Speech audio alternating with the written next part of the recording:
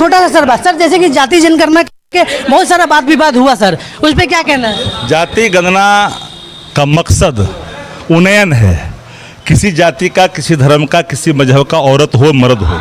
एक बार शरीर के अंदर में कोई बीमारी है तो पूरा एक्सरे कर लीजिए, सारा टेस्ट कर लीजिए, जहाँ कमजोरी है उसके लिए काम करिए। जाति गणना का मतलब ही ये है कि शैक्षणिक रूप से, आर्थिक रूप से, सामाजिक रूप से कौन लोग हाशिए पर है, शिक्षा से, चिकित्सा से, रोजगार से। हिंदुओं को बांटने का काम कर रही है बीजेपी अगर बता रही है तो पूछिए ना कि बीजेपी से बड़ा जातिवाद कौन है।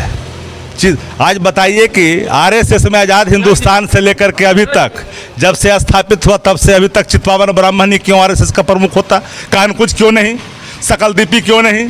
मैथिल क्यों नहीं? 6 माह का कार्यकाल रज्जू भैया को छोड़ दीजिए तो सिर्फ चित्पावन ब्राह्मण ही क्यों आरएसएस का प्रमुख होता है? जातिवाद वहाँ न है, वहाँ न लोग बांट रहे हैं।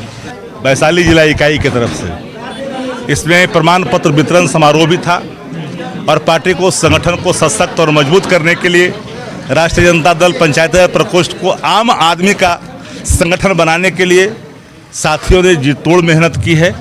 पंचायती राज गांव और कस्बों से जुड़ा हुआ है, वार्डों से जुड़ा हुआ है, हर वो चीज़ें जो बाढ़ से जुड़ा हुआ है, आम आदमी से जुड़ा हुआ है। तो पंचायती राज संगठन आम आदमी का संगठन हो, हर व्यक्ति का संगठन हो, हर धर्मावलंबी का संगठन हो, औरत और मर्द का संगठन हो, इस दिशा में पंचायत राज प्रकोष्ठ काम कर रही है। राष्ट्रीय जनता दल हर प्रकोष्ठों को सशक्त और मजबूत करने के लिए लगातार सांगठनिक तौर पर उनको टास्क भी दे रही है और मजबूत करने की दिशा में आगे भी लोग बढ़ रहे हैं। हम लोग उसी कार्यक्रम में पहुंचे थे।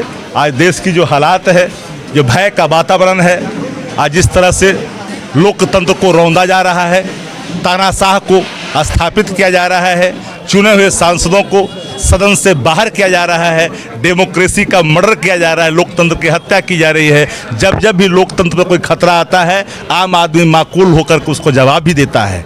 और देश में हालात आज वही है, देश की हालात बद से बदतर है। और इन परिस्थितियों में सबकी, युवा हो, किसान हो, मजदूर हो, दिहाड़ी मजदूर हो, आम आदमी हो, औरत हो, मर्द हो, सबकी भूमिका बन जाती है कि वे लोकतंत्र को संरक्षित और सुरक्षित रखे, देश और संविधान सुरक्षित रखे। जहां संवैधानिक संस्थाओं की मर्यादाएं टूट रही है, जहां लोग पॉलिटिकल मैंडेटा के हिसाब से विपक्षी दलों को टारगेट करते हैं, इन परिस्थितियों में कर्तव्य और बढ़ जाता है। इसलिए पंचायती राज के प्रकोष्ठ के साथियों को हम बधाई भी दिया है और इनको सशक्त और मजबूत करने के लिए जो इन्होंने बीड़ा उठाई है उसके लिए शुभकामना भी दी है। जैसे कि सर 24 में इलेक्शन है, चुनाव के समय सर आप जैसे कि बैठक में कहीं ना कहीं देखा गया कि आपका नीतीश जी को मान स्थान नहीं दिया। किसी ने कभी कहा?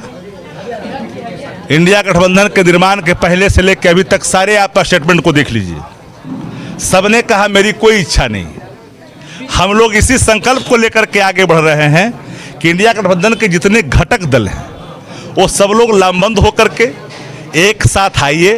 एक प्रेसिडेंशियल चुनाव है क्या देश के अंदर में?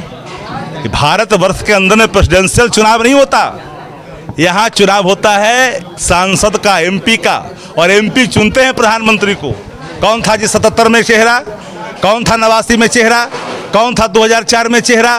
बीपी सिंह बने देश के प्रधानमंत्री की नहीं? मोरारजी भाई देसाई बने प्रधानमंत्री की नहीं बने? मनमोहन सिंह देश के प्रधानमंत्री बनकर अर्थव्यवस्था को सुदृढ़ मजबूत किया कि नहीं किया? जो उन्होंने इकोनॉमिक बूम किया, जो उन्होंने परिवर्तन लाया, वो तो आज देख रहा है, उसी पर देश चल रहा है। 9 वर्षों में लोग क्या किया? रोजगार दिया नहीं, महंगाई रोका नहीं, सीमा सुरक्षा नहीं। इनके अंतरात्मा तब जगती है जब कोई मिमिक्री होता है।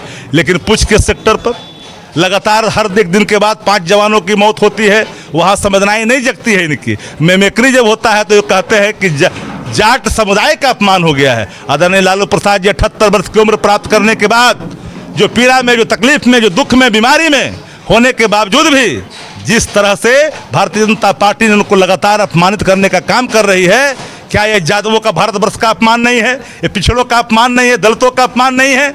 इस पर अपमान नहीं सोचता? आप लोकतंत्र को चाहते हैं पैरों के तले रौंदना।